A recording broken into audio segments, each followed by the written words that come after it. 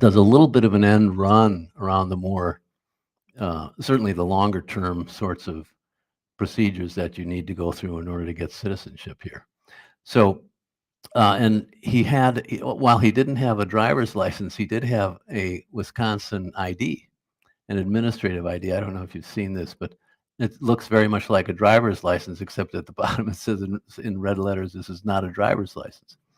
Well, he's gotten that back after the completion of this particular course. And he's here legally and currently learning a little bit of English. I think he's got to wait like 3 months, and then he has to pay like a $250 fee now at the DMV, and then he can get his driver's license. Yeah, he can get his driver's license, even though he didn't have one before. So, but this is all of a piece of, this sort of the major legislative laws that have come through in a formal way and an institutional way beginning in the 20s. And rather just before then with the Immigration Act of 1917, where quotas were put on particular countries and people. Up until that time, everybody was just sort of coming in, including my grandfather when he came. My cousin's sitting here, actually, her grandfather too, and was a 3-year-old from Germany in the late 1800s. And then the Immigration Nationality Act of 52, post-World War II, lots of refugees, and no particular, at least here in the United States, legal framework for them to come in and essentially ask for citizenship. Not to be confused with refugees, which is a whole different grouping of people. Although legislation in the UN Refugee Act of 1948 and that convention signed by most countries around the world over the past 60 years did define that particular group of people and assisted them, certainly continues to this day, to immigrate and to get nationality. Immigration Nationality Act of 65 is amended. That allows people to bring in other members of their family that they have left. And there are all kinds of rules in that regard. And then the last time there was any really comprehensive legislative reform or legislative peace regarding immigration was in '86 during the Reagan administration, or what some people call the amnesty law, because it basically made about 4 million people who were here illegally citizens. Said, okay, look, we're not going to track you down, but we also, and since you've been decent people, at least as far as we can tell, and background checks were done, we're going to allow you to do this. So since COVID kicked in and since economies have imploded a bit, this huge rush of people, particularly from Latin America, but also from places such as Pakistan and Nigeria, Bangladesh, Libya, Angola, Congo, Haiti, and all kinds of places coming up through South America and rushing the borders over the past 4 or 5 years. We've done a number of things, and most lately in January of this year, the Biden administration had the Department of Homeland Security announce a new parole program to be established for nationals of Cuban, Haitian, and Nicaraguan background, and expanding on this program that had been implemented about a year ago for Venezuelans. So it allows people to travel to the U.S. legally and live there legally for at least 2 years. They have to get here. They have to get here on their own. And they have to have a sponsor so they can fly in. Indeed, this fellow with whom I was speaking flew from Mexico to Tampa, where he had a distant cousin who had agreed to take this person in. He's a 31-year-old guy. He's by himself. He's got family back in Cuba. And he came in, and he had another distant cousin or relative up here in Wisconsin, so he finds himself up here in Wisconsin. But he left Cuba 5 years before he got to Tampa. So he goes to, so anyway, this parole sponsorship was meant to, and indeed did for a while, although it's backing up again now, that allow for the distribution, if you will, of people into various places around the United States without crashing the border, without putting all kinds of pressure on U.S. officials along the Mexican U.S. border, which is where all four of these groups were really beginning to end up and to push the limits of both the Mexican and the U.S. authorities. So it's just to conclude with respect to this definition, it's a granted temporary permission. It allows you to enter the country for a limited period of time due to urgent humanitarian reasons such as medical emergency or urgent family situation. And it's not new. As I say, we did it with we did it with others, and beginning after World War II with Filipino World War II veterans, during Vietnam and Iraq wars, certainly with respect to the Vietnamese who came in here after we pulled out in '75 in Vietnam. And we've also, as you've seen, as you've read in the papers over the past 3 or 4 years, allowed it with respect to individuals from Afghanistan, Ukraine, and then Cuba, Haiti, and lots of different Central American countries. So why do we do this? Because we got a crisis situation going on. And as a friend of mine and an immigration lawyer here in Milwaukee has said to me, when people say, why can't they all get in line and do as our ancestors did? Well, it's essentially because there's no line anymore. It's become obscured. It's basically been plugged up by the waves of people who have been coming in here over the past 20 to 30 years. And institutions and money and the politics surrounding this whole business of immigration, this particularly fraud issue, have not kept up with allowing this kind of thing to happen. So if you just look at, this is a little wonky, but just bear with me for a moment. That first paragraph says that, excuse me. You've got essentially a backlog of 3.1 million net cases and 6.1 million actual pending cases at the end of the 2020 fiscal year. So people were throwing up their hands in Washington saying, well, what are we going to do about this? And humanitarian parole, at least for this particular grouping of people, Cubans, Haitians, Nicaraguans, and Venezuelans, right, was something that, at least according to the Cato Institute, this is a libertarian, slightly right-wing think tank in Washington basically said this is not a bad thing. It's one of those kinds of executive order elements that any administration can do in order to take care of a problem like this. Not sure how long it's going to be effective, but what it's done is to knock back the backlog, at least with respect to this particular grouping of people. Right? Here are some of the routes that they take. Now, this young man said to me, so I'm talking to him, I said, so how'd you come? He said, well, I flew from Cuba to Guyana. Guyana, you've got right there, that gray one next to the right of Venezuela. English-speaking former British colony right there. So he goes to Guyana, he works in a restaurant for about 2 years, goes into Brazil, spends some time there, gets to Peru, works there a bit, gets to Ecuador, just a week or two, moves into Colombia, and then comes up here. And as some of you may know who've traveled around the Western Hemisphere, there's no road here. So you basically, essentially from here, this is a place called Urabá, and black Caribeños, Caribbean and indigenous types, a lot of whom have really been exploited in the banana plantations, but more recently, over the past 15 years, have really taken it on the chin from right-wing paramilitary groups, as well as left-wing guerrilla groups who have been fighting the central government for many years. But it's a pretty nasty place. And so nonetheless, that's where they went. And I can show this. So what they've done, so there they sat. This is 3 years ago now. And all the Colombians start to say, gee, all of these people are coalescing here around Urabá in the Caribbean. And there's, as I say, there's no road.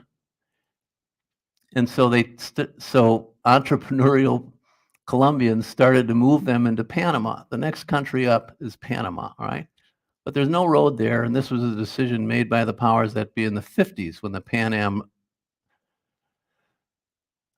American Highway was being built from Alaska down to Tierra del Fuego. This is the only place where it didn't come through. And the reason it didn't come through is because the agricultural sectors in both North and South America, particularly the livestock guys, said in the United States, if you open that up, then cattle from Latin America is going to come up into North America.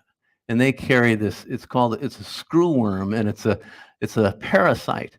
It destroys cattle, all right? And so about a 40 to 50 mile section here of really pristine jungle was essentially left there on the southern part of Panama. And it's called the Darien, sometimes known as the Darien Gap. Well, 3 to 4 years ago, this great influx of humanity started to walk through the Darien after getting into there with the help of some Colombian entrepreneurs. Here's Urubán Turbo is the last place. You get on a boat and you go off into Panama. And this is what this kid who I was translating for did. So he gets up to Panama, then he gets into Costa Rica, he makes it into Nicaragua, he goes to Honduras, he's into Guatemala, gets into Mexico, where he spends about a year working, and he eventually flies from Mexico City to Tampa. It took him 5 years. Well, this particular area, the National Geographic calls this a biodiverse hotspot. I've stood right here in Yavisa many years ago, but this is the end of the road. This is all dirt here, down to here. And these are peasant farms around here. And then boom, you get some mountains and jungle all throughout here. Really thick, tropical jungle, beautiful area, but now with about 500,000 people trekking through it in a year. So the Colombians, the Venezuelans, the Mexicans, the U.S. said, something's got to be done. These are pictures of peasants from all over the world coming through the Darien Gap. Walking through, they're getting off here, they're coming through here, and they're walking up into Panama through here, right? Nobody had been doing this before. It took a month at first. Now they're doing it in 3 or 4 days because they've got a little bit of a system down. So these are shots from Reuters and the LA Times and CBS News just in the past year and a half. And they wind up in Mexico for the most part. So who are they? Well, a lot of them are Haitians. And Haiti, anybody been to Haiti? Good to know. When were you there? 76. Before it really got bad. So Duvalier is still in, right. So first country in the Western Hemisphere other than us, right, to throw off their colonial masters in 1804, recognized us. All of a sudden, the Black Republic in the Caribbean. And we didn't bother to recognize them at that time, of course, because we've got this wonderful economy that with, as it so happens, a pretty important slave population in the South. And we weren't interested in making any sort of public announcements, regarding the fact that we were going to recognize Haiti's independence or anything like that, right? We wouldn't do that. But they supported us, and their history has been one of back and forth and civil war and terrible natural disasters, the latest one being actually just in 2021 with an earthquake that killed about 3,000 people. A huge one in 2010, in January 2010, where they've never really gotten decent numbers on it, but anywhere from 200,000 to 400,000 people killed, and then about 3 million people displaced or homeless, certainly there for a long time. A place that's just always, almost sort of the example of donor fatigue, where the Western Europeans and the Canadians and us, we keep putting money in there, in order for humanitarian assistance and trying to do some economic development. But certainly a place that's frustrated, any of the more notable and wealthier developed nations with respect to allowing, to helping them to get to a place where they're able to educate and feed their own people. There's a good reason for that in many regards. The French in 1824, when they finally did recognize the Haitians and their independence, said, you can have it, but you're going to have to give us 150 million francs, which was essentially at the time akin to about $15 million, which was what we had paid the French for the Louisiana Purchase. Well, the Haitians didn't have that, but the French said, well, you need to give that to us because that's essentially what you're not working as slaves for us on our sugar plantations. And Haiti was the most lucrative, most important French colony in the Western Hemisphere, certainly the most important in terms of commercial affairs. Was what the French insisted upon getting in order to at least say publicly, okay, you can have independence. Well, to this day, the debt hasn't been paid by the Haitians to the French, right? That particular amount of money hasn't been paid because of the fact that it was just impossible to do. And the French knew that. And up until even Macron, and certainly with Hollande, the socialist prime minister before Macron, they have spoken out publicly about this and said, yeah, probably a bad move on our part. Maybe we should do something about that and lift that thing.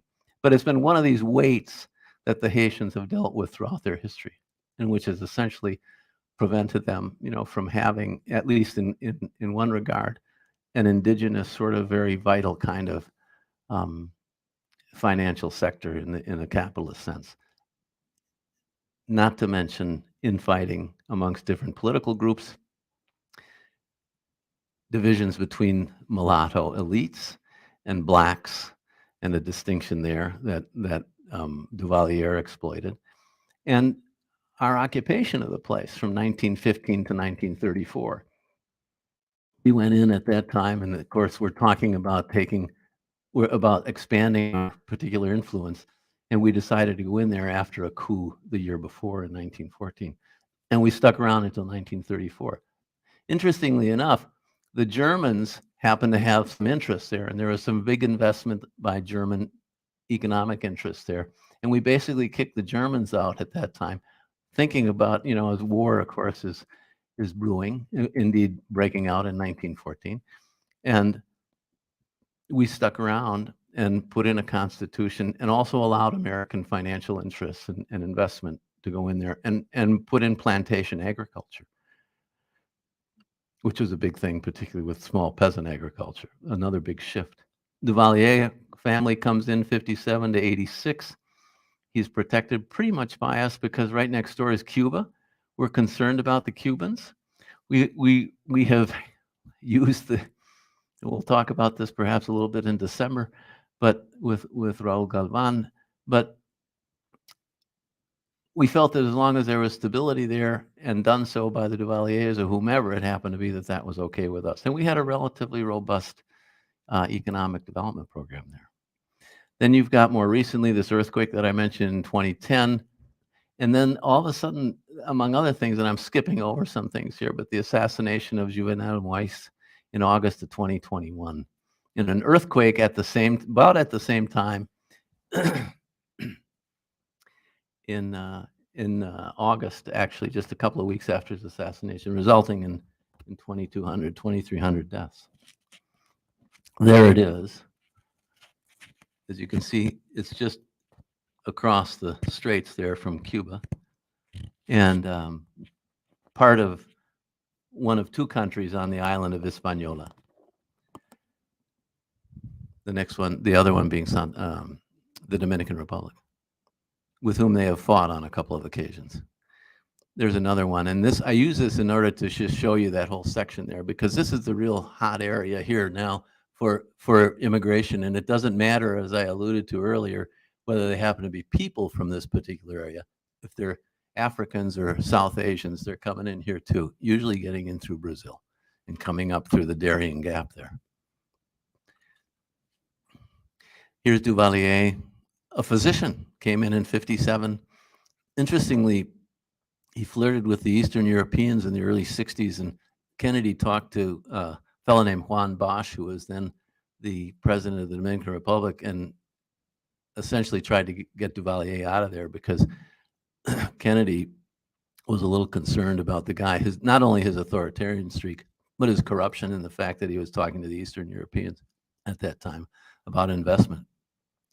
This is a fellow who came in an ex-priest who represented the left, a populist movement. Bernard Aristide wound up in exile, ultimately in the Central African Republic, but he was in from 90 to 91, 94 to 95, and 01 to 04, at which point he was, in all three instances, he was asked to leave. He was pressured to leave, and there were nasty riots and popular uprisings against him, driven, I understand, by relatively strong right-wing moneyed interests. This is the fellow who gets assassinated in his bedroom in July of 2021 after having been elected in a relatively clean election in February of 2017. Some 28 guys, most of whom were ex-Colombian military guys, have been arrested for this stuff, along with about another dozen people, including a Miami entrepreneur by the name of Intriago, who's a Venezuelan American guy. Why this happened is anybody's guess, but certainly Haiti as a drug trafficking operation has been alive and well for the past 30 years, and a number of the presidents during that time have been implicated in essentially taking bribes from the cartels to allow drugs to move through that particular part of the world and into the United States as well as into Europe. At least initially, he had some sense of what to do. You know, he loves his country. He loved his country. He had a development project sort of desire and pitch. He was an entrepreneur. He had made some money in the banana trade, but assassinated at night. Guys broke into his house, and just less than 3 years ago. Here's the fellow who's currently running things, an interim president, another physician. And I just mentioned that the U.S. Justice Department is investigating him a little bit, along with judicial police in Haiti. And that little note there, the 44 suspects as of July, 28 Colombians, 3 Haitian Americans, 12 Haitian police, and 6 Haitian civilians have all been arrested and are being looked at. But it's pretty obscure. I'm not all that expert on it, but it's another one of these awful sort of obscure, conspiratorially laden, multinational kind of operations wherein bad things happen and nobody's entirely clear why. I just put this in because this is downtown Port-au-Prince, and after that January 2010 disaster, it just absolutely flattened the place. And as I say in this note here, some 316,000 deaths. That was one official report number, and about 3 million displaced at the time. On to a better place. So Nicaragua across the Caribbean, another place where we were occupying it, 09 to 1933. Famous in the 80s, particularly because of the Iran-Contra affair. The Sandinistas, the leftists, had taken over the country in 1979, and the CIA, along with help from a couple of officials involved in the National Security Council during the Reagan administration, were instrumental in helping the anti-leftist group that was operating out of Costa Rica and Honduras during that time to get money and funding, basically from the Iranians at that time. Lots of laws broken there, and a very fine book on this by a fellow named Walsh called Firewall. Lawrence Walsh, who's an old Republican Brahmin from the East Coast who did an investigation at the behest of the Reagan administration to look into this. At the moment, Cuba, Venezuela have very strong ties with Nicaragua, and some 22,000 officials of both of those countries are in Nicaragua, helping the Nicaraguans govern, all right? Helping the Nicaraguans really sort of keep things going. But it's become a real kleptocratic kind of operation in Nicaragua. It's got $14 billion in its GDP. It's got 6.5 million people.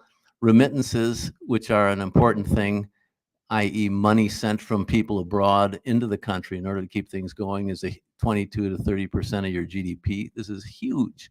This is just an unbelievable amount of money that people who happen to be Nicaraguan, whether they be in Mexico, whether they be in the Gulf states, whether they be in Europe or here in the United States or Canada, are sending in order to keep their families afloat. There's also something then called the Magnitsky Act, which Congress has implemented with respect to Russia, but also used with respect to Nicaragua in order to keep and freeze assets of Nicaraguan government officials who happen to have money here in the United States, because of the fact that it violates not only international financial laws, but also because those particular people happen to be involved in oppressive acts by the Ortega, this guy's regime, who took over in 79. He's been around, he's like my age, 79 to 85, 85 to 90, 07 to the present, and is basically closed things off, including killing about 350 people about 3 years ago in demonstrations, and then tossed out about 250 people a year and a half ago. Nicaraguan journalists, priests, even threw out a contingent of Mother Teresa's nuns who were working with the poor there, and sent them out. I shouldn't be laughing. It was just such an incredible act on his part. He's absolutely shameless. And so, needless to say, people leave a place like this, right? They're not going to hang around. And Ortega and his wife and his brother and his family have essentially made this their little fiefdom, not unlike the guy Somoza, who he and his people tossed out in July of 1979, right? I use this map again just to show you, again, Nicaragua, close, right?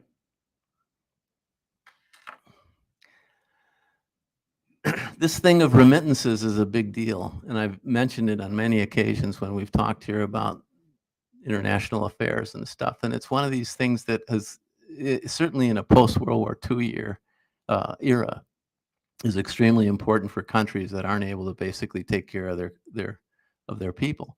And it's a reflective of the fact that so many of us and so many of them happen to be economic refugees. You go someplace and you make money and you send it home, right?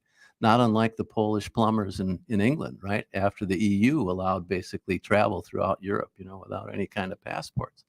So that's what people do. And so the nominal value of global remittances is back on the rise. This is from the Pew Research Center. And these are numbers that from the World Bank, which essentially indicate to you the amount of money flowing out there from various people around the world. These are in billions of dollars. So let's say $800 billion a year is flowing from various countries to other various countries in order to keep those countries afloat. Haiti, Cuba, Venezuela, Nicaragua being important in that regard, right?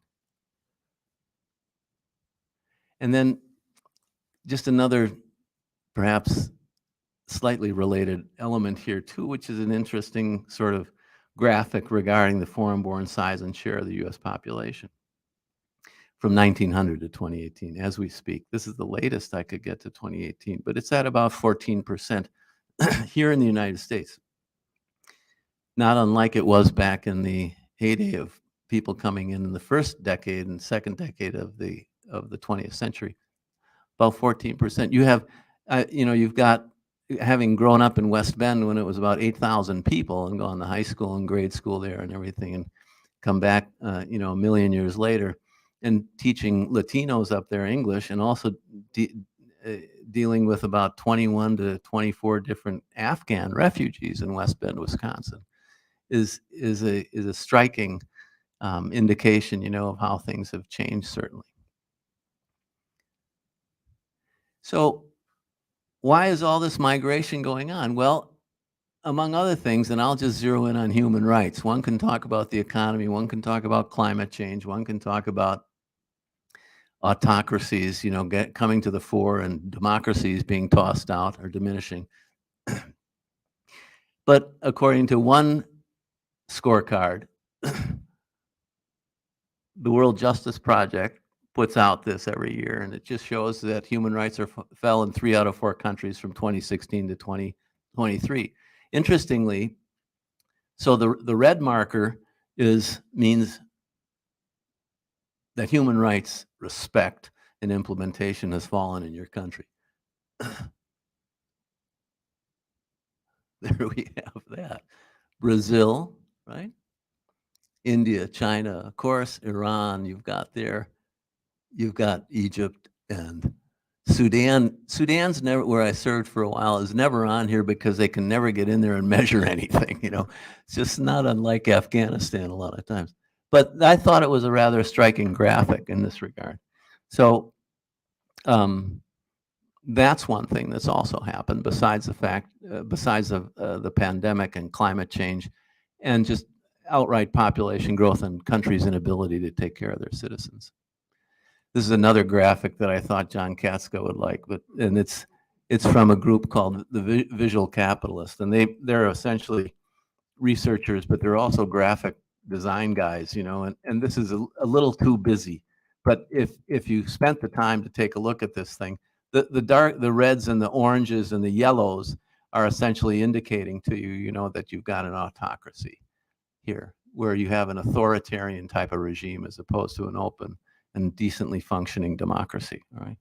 So all of those things are happening with respect to and feed into this whole business of these rather well-established and sophisticated immigration flows that certainly in the past decade have taken on an extreme importance in terms of stability, in terms of labor force, in terms of trade, in terms of pollution, in terms of environmental damage, in terms of human trafficking, and all of this stuff. While putting this together, I may have said this to you, John, you know, but there's a reason why we call these talks hotspots, you know. I mean, and when I research this, as I know, as when you're doing this stuff too, it occurs to me that we probably wouldn't be talking about stuff like this 20 to 25 years ago. The fall of the Soviet Union in 91, 92, fall of Berlin Wall in 89, all of those things, you know, sort of the implications of all of that business hadn't exactly been run out. They hadn't completely and totally unfolded, if you will. Now you're seeing a lot of that. So why Haitians, Cubans, Venezuelans, and Nicaraguans? Well, as I say, we've done it too for Ukrainians and Afghanis. And on occasion, we've done it simply because it's the right thing to do.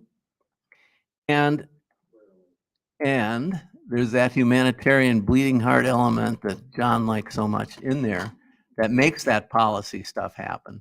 But there's also practical considerations, you know. As I say, these places have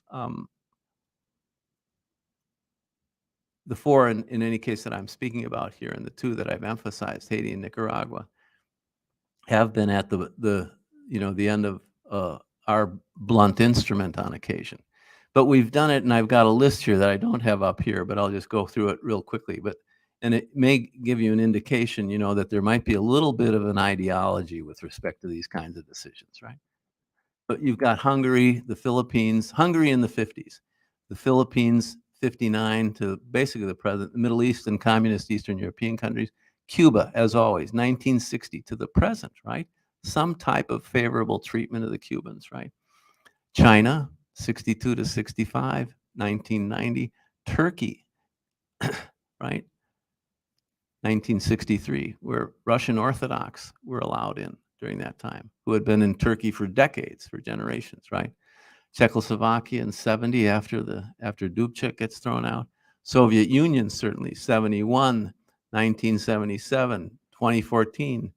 Uganda after Idi Amin gets tossed out in 1972. Chile after their coup in 73. Uruguay and Bolivia, all of whom were fleeing conflict and coups. Haiti, always. Vietnam and Laos, of course. Cambodia, Poland in 89 to 90, right? Iraq. That's enough said. Guatemala, Honduras, and El Salvador, certainly during the 80s and into the 90s because of the insurgencies there. Then Afghanistan, Ukraine, Venezuela, Nicaragua, Colombia, which has always been in our sights, Colombia being our third biggest trade partner here in the Western Hemisphere, and a sophisticated, important place with oil and minerals and stuff like this. So there's the humanitarian element, there's a security element, and there's certainly an ideological one. But it's nonetheless a patchwork response reflecting the absence of comprehensive legislation.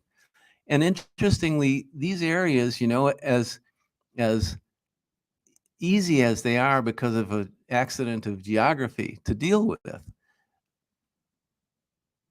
are nonetheless and don't therefore become real salient with respect to our international affairs.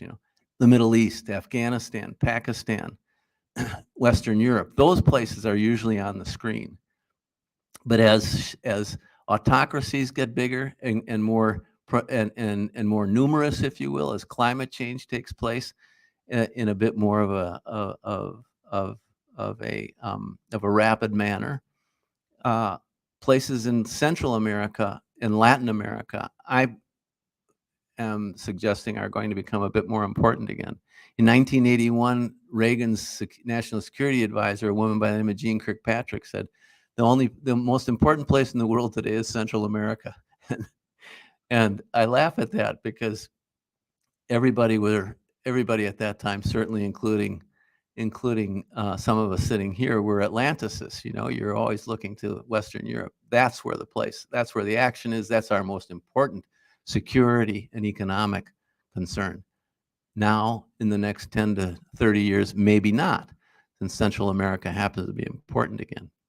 So I'll leave it at that, and perhaps we can have a little bit of discussion. I always like to put in here, since I mentioned that we do speak in a library, that these are a few books here. The middle one, The Rainy Season by Amy Willens, came out in 88, 89, is an interesting one, which talks a lot about Aristide and his particular time in office there. There's also one that I haven't put on there by a fellow named Paul Farmer, who just died this past year, called Mountains Beyond Mountains. And he was a physician and worked for many years an American physician, worked for many years in Haiti, and set up an awful lot of community clinics there, and developed an interesting and new and finally medically accepted protocol for dealing with malaria and things. The War Lovers, by the way, by Evan Thomas, who some of you may know as a sort of a public intellectual who you'll see on PBS every once in a while, wrote about Roosevelt and the newspaperman William Randolph Hearst, as well as Henry Cabot Lodge I, the senator from Massachusetts, as dealing with each other and coming together basically in 1897, 1899, 1898 to get the American public and President McKinley at the time to support us going into Cuba and essentially fighting against the Spaniards for a relatively short period of time, taking that war over from the indigenous Cubans, and then making a peace with the Spaniards, tossing them out and forgetting the Cuban rebel leaders there.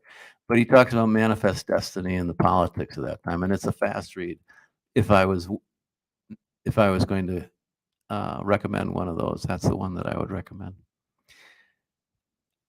Why don't we leave it at that? I put Venezuela in here. That's our new guy. That's Maduro. The administration in 2017, Trump was talking about a military option of taking care of him. But now we're talking to him. And it may have something to do with the fact that Venezuela, not Saudi Arabia, not Russia, not Canada, but Venezuela has the largest oil reserves in the entire world. Not exploited, not being used, right? But of known oil reserves around the world, Venezuela's got the most. So thank you very much, and perhaps we can have some questions. Thanks.